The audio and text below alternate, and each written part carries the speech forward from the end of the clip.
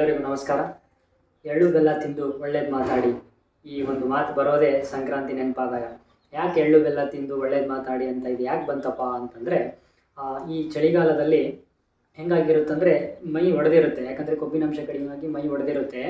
ಅದಕ್ಕಾಗಿ ಎಳ್ಳು ಬೆಲ್ಲ ಕೊಬ್ಬರಿ ಅಂಶ ಇವೆಲ್ಲ ತಿನ್ನೋದ್ರಿಂದ ಏನಾಗುತ್ತೆ ಅಂತಂದರೆ, ಅದು ಕೊಬ್ಬಿನಾಂಶ ನಮಗೆ ಮತ್ತೆ ಮೈ ಹೊಳಪನ್ನು ಬರೋದ್ರಿಂದ ಅದನ್ನೆಲ್ಲ ಮತ್ತೆ ನಮ್ಮ ತ್ವಚೆಯನ್ನು ಸುಂದರವಾಗಿಗೊಳಿಸ್ಬೋದು, ಅದನ್ನು ಮಿಂಚುವಂತ ಮಾಡ್ಬೋದು. ಅದಕ್ಕಾಗಿ ಎಳ್ಳು ಬೆಲ್ಲ ತಿನ್ನಬೇಕು ಅಂತ ನಮ್ಮ ಹಿರಿಯರು ಹೇಳಿದರು. ಮತ್ತು ಹೆಂಗಿದೆ ಸಂಕ್ರಾಂತಿ ಅಂದರೆ, ಸಂಕ್ರಾಂತಿಯಲ್ಲಿ ಪುರಾಣ ಇದೆ, ವಿಜ್ಞಾನ ಇದೆ, ಒಂದು ಸಾಂಸ್ಕೃತಿಕ ಒಂದು ವೈಭವ ಇದೆ.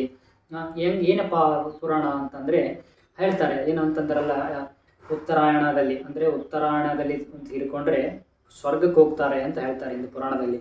ಅಂದರೆ ಭೀಷ್ಮ ಅವರು ಸತ್ತದ್ದು ಅಂದರೆ ಅವರೇನಾಗ್ತಾರಲ್ಲ, ಭೀಷ್ಮ ಅವರು ತೀರ್ಕೊಂಡಿದ್ದು ಈ ಉತ್ತರಾರ್ಧದಲ್ಲೇ ತೀರ್ಕೊಂಡಿರ್ತಾರೆ.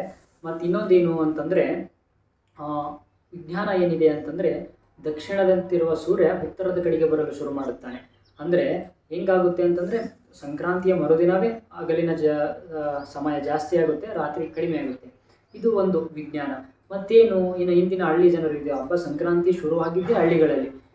ಏನಾಗಿದೆ ಅಂತಂದರೆ ದನ ಕರಗಳ ಹಬ್ಬ ಅಂತಾರೆ. ಯಾಕಂದರೆ ಎಲ್ಲ ರೈತರು ಏನು ಮಾಡಿರ್ತಾರೆ, ಅವರು ವರ್ಷ ಪೂರ್ತಿ ದುಡಿದು ಈ ಸಮಯದಲ್ಲಿ ಅವರೆಲ್ಲ ಬೆಳೆಗಳನ್ನು ತಂದು ಅವರು ಫಸಲನ್ನು ತಗೊಂಡು, ಒಂದು ಎತ್ತುಗಳು ಕೂಡ ಒಂದು ವಿಶ್ರಾಂತಿಯಲ್ಲಿ ಇರೋದ್ರಿಂದ ಏನು ಮಾಡ್ತವೆ ಅಂದರೆ, ಜಿಗಣೆಗಳು ಚಳಿ ಜಾಸ್ತಿ ಇರೋದ್ರಿಂದ ಜಿಗಣೆಗಳು ಎಲ್ಲ ಸೂಕ್ಷ್ಮ ಕ್ರಿಮಿಗಳೆಲ್ಲ ಒಂದು ಆ ಎತ್ತುಗಳಿಗೆ ದನ ಕರಗಳಿಗೆ ಒಂದು ಕಾಟ ಕೊಡ್ತಾ ಇರುತ್ತೆ.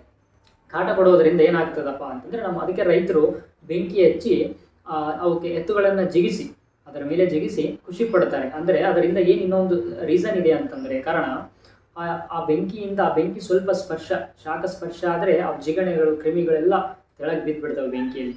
ಇದು ಒಂದು ರೀಸನ್.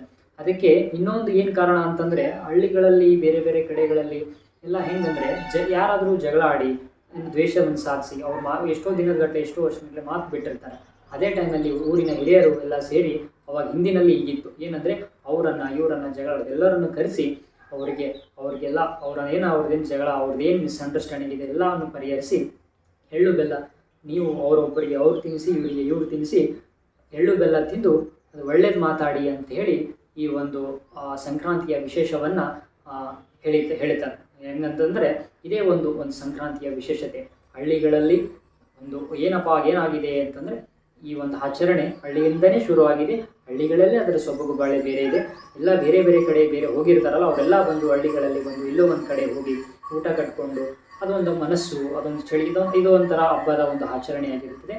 ಹಾಗಾಗಿ ನಾವೆಲ್ಲರೂ ಪ್ರತಿಯೊಬ್ಬರು ಈ ರೀತಿಯಿಂದ ಒಂದು ಸಾಂಸ್ಕೃತಿಕವಾಗಿ ಯಾವುದೇ ಒಂದು ಬೇರೆ ಸಿಟಿ, ಬೇರೆ ಕಡೆಗಳಿಗೆ ಹೋಟೆಲ್ಗಳು ಈ ಕಡೆ ಹೋಗೋದಕ್ಕಿಂತ ಹಳ್ಳಿಗಳಲ್ಲೇ ಇದ್ದು ಎಲ್ಲ ನಮ್ಮ ಮನೆಯಲ್ಲೇ ಎಲ್ಲ ಚೆನ್ನಾಗಿ ಅದೇನೇನಿದೆ ಅದರ ಒಂದು ತಾತ್ಪರ್ಯವನ್ನು ತಿಳಿದುಕೊಂಡು, ಅದೇ ರೀತಿ ಹೆಂಗಾಗಿದೆ ಅಂದರೆ, ದನ ಕರಗಳು ಈ ಕಡಿಮೆಯಾಗಿ ಟ್ಯಾಕ್ಟರ್ಗಳು ಬಂದಿದ್ದಾವೆ, ಇವೆಲ್ಲ ಬೇರೆ ಬೇರೆ ಬೇರೆ ಆಚರಣೆಗಳು ಬಂದಿದ್ದಾವೆ. ನಾವು ನಮ್ಮ ಒಂದು ಹಳ್ಳಿಯ ಸೊಬಗು, ಹಿಂದಿನ ಸೊಬಗನ್ನು ನಾವು ಅಟ್ಲೀಸ್ಟ್ ಒಂದು 10% 20% ಅದನ್ನು ಪಾಲಿಸ್ತಾ, ಎಲ್ಲರೂ ಯಾವುದೇ ರೀತಿಯಿಂದ ಜಗಳಾಡದೆ ಎಲ್ಲರೂ ಖುಷಿಯಿಂದ ಎಳ್ಳು ಬೆಲ್ಲ ತಿಂದು ಒಳ್ಳೇದು ಮಾತಾಡಿ ಅಂತ ಹೇಳ್ತಾ, ತಮ್ಮೆಲ್ಲರಿಗೂ ಮಕರ ಸಂಕ್ರಾಂತಿಯ ಹಾರ್ದಿಕ ಶುಭಾಶಯಗಳು.